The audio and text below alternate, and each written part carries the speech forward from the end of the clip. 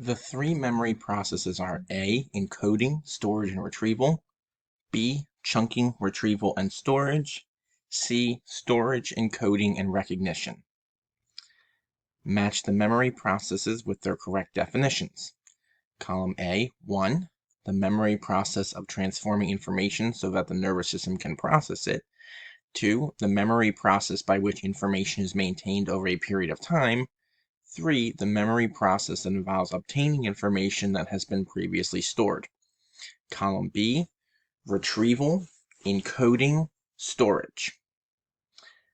Remembering how to jump a rope, a skill you have not practiced in many years, is an example of which kind of memory? A. Semantic. B. Procedural. C. Declarative. Which of the following describes your ability to identify the sound of a musical instrument before you hear it? A. Recall. B. Semantic memory. C. Recognition. We are better able to recall information at the beginning and end of a list because of A. Episodic memory. B. Visual codes. C. The primacy recency effect. HOMES, an acronym for the 5 Great Lakes of Huron, Ontario, Michigan, Erie, and Superior, is an example of A. A mnemonic device. B. Semantic memory. C. Maintenance rehearsal. Which of the following does not result in forgetting? A. Decay.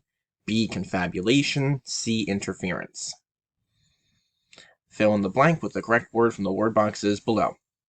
Some input fades away or blank over time. Encodes, recognizes, decays, chunks. Our knowledge of language, including its rules, words, and meaning, is stored in A. Declarative memory. B. Procedural memory. C. Semantic memory. The process of grouping items together so that they are easier to remember is A. Storage. B. Chunking. C. Retrieval. Repeating information to yourself so that it will remain in your memory longer. A. Practice. B. Encoding. C. Maintenance rehearsal. The blocking of memories by previous or subsequent events is known as A. Decay.